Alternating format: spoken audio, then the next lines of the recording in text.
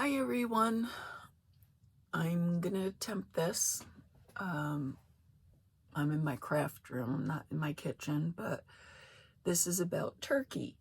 And I've already been getting the questions for the last week or so about turkey. And I hope I can answer some of the questions. If you don't hear an answer, you can email me at dana@inthekitchenwithdana.com, and I will try and get back to you before you cook your turkey. But for now, I'm just going to go over a little bit of info from questions that I sometimes get from people. I get questions all year round about cooking a turkey whenever somebody does make a turkey. I worked for Williams-Sonoma for years, and I used to teach the majority of the cooking classes and turkey classes around Thanksgiving when I worked there. And so I've been cooking turkey since I was around 7-8 years old, and I love turkey. So I've made it every way I possibly could. I've brined it every way. I've brined turkeys in buttermilk, in apple cider, in salt, sugar, spices, dry rub, spatchcock, you name it. I've cooked turkey that way. I've even made turducken, which is where you debone a turkey and a chicken and a duck, and you put the duck inside of the turkey and the chicken inside of the duck, and you cook it all together. It is very time consuming. But for the most part, cooking a turkey is exactly like cooking a chicken. So don't be afraid. It's bigger. You just cook it a little bit longer. And there are some steps to take so that you will have a moist and delicious turkey every time. So let's start with one of the questions that I get is, do I buy a fresh turkey or a frozen turkey?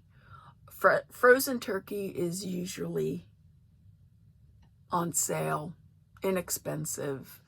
You can keep it in your freezer until you're going to use it the day before.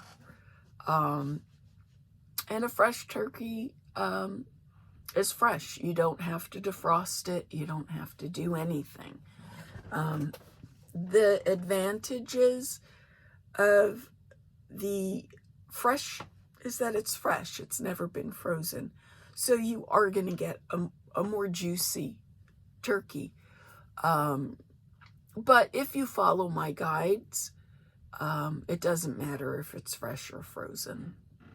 It will be a delicious turkey.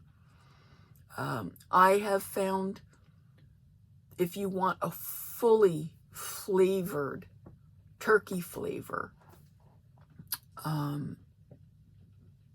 the best way to get that is to use a turkey bag, a cooking bag, the Reynolds roasting bags. It acts like a pressure cooker, so it keeps all the juices and steam and everything inside so that the flavors meld and they just get more intense. So if you really like an intense turkey flavor, I suggest cooking it in a roasting bag. But buying the turkey, I'm getting off track there a little bit. How big of a turkey should you get? I always get the biggest turkey I can because I love turkey. I want sandwiches. I want turkey pot pie. I want other things after Thanksgiving. But if you're not one to like leftovers or you don't want leftovers, the rule of thumb is count on 1 pound to 1 1/4 pounds of turkey. per person per serving. So if you're having 6 people, a 12-pound turkey is fine. It's perfect.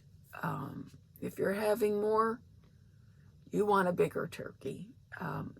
Sometimes I've cooked 2 turkeys, if you have 30 people or more. So it just depends on how many people you're going to be serving and how much turkey you want left over. Now, if you're going to get a frozen turkey, brining it is really something I like to do. I've always done it. And it could be as simple as putting the turkey in a big stock pot, covering it with cold water, and putting salt in it. Put a cup or 2 of salt in, let it sit overnight. If you're going to thaw your turkey, you want to take it out of your freezer at least 2 days before. Put it in a sheet pan or the roasting pan that you're going to use and put it in your fridge. The night before or 2 days before, brine your turkey.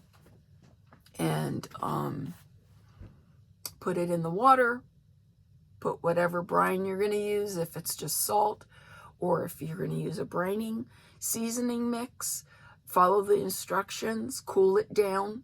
Never put warm or hot brine on a turkey, steak, anything. You want it cold. So if you make your brine, let it cool down or use ice cubes to cool it down. Make sure that your meat is completely immersed and covered. I like to put it in a stock pot. I've used brining bags. I've used garbage bags, which some people say don't do. Some people say it's okay. If you can find the extra large Ziploc bags, sometimes the huge ones that are like 26 inches long or whatever, you can use those. So it's up to you, but I love brining turkey. It just makes for a better, evenly cooking, juicy bird. Soak it, and no matter what you do, rinse it very well. Clean your area really good. Clean your sink out before you even start.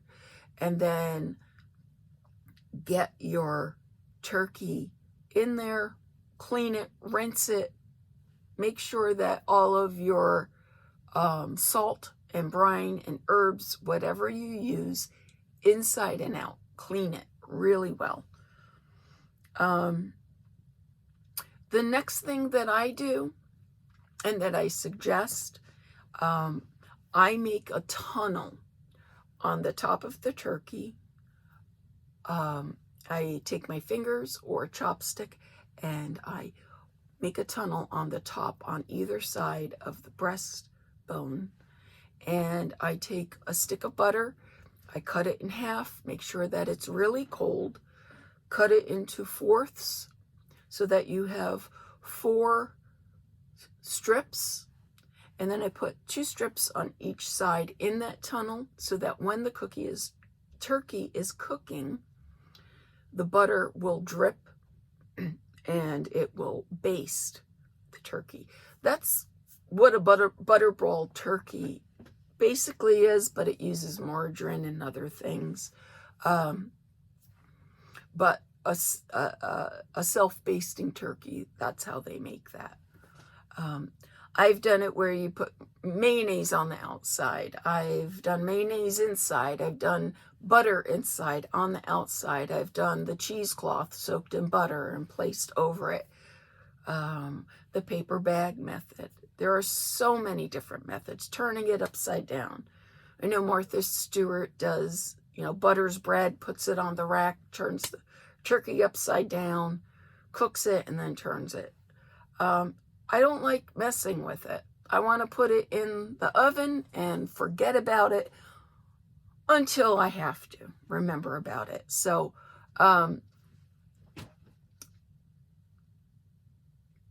I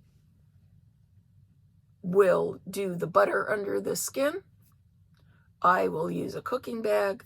Sometimes It just depends if I have a cooking bag or not. It's nice to know how to make a turkey delicious and moist without a cooking bag. But if you want to use that, go ahead. You don't have to worry about anything. Now, the next thing is stuffing your bird. Do you want stuffing? Do you love stuffing? Do you not like stuffing? People are afraid of stuffing the bird because they don't want to get sick. They don't want their guests to get sick. They want,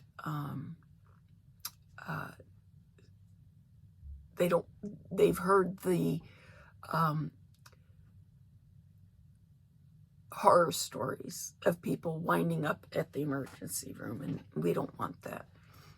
If you want to make your stuffing ahead of time, you can make it ahead of time and freeze it, and then take it out, put it in your fridge a day or two before, and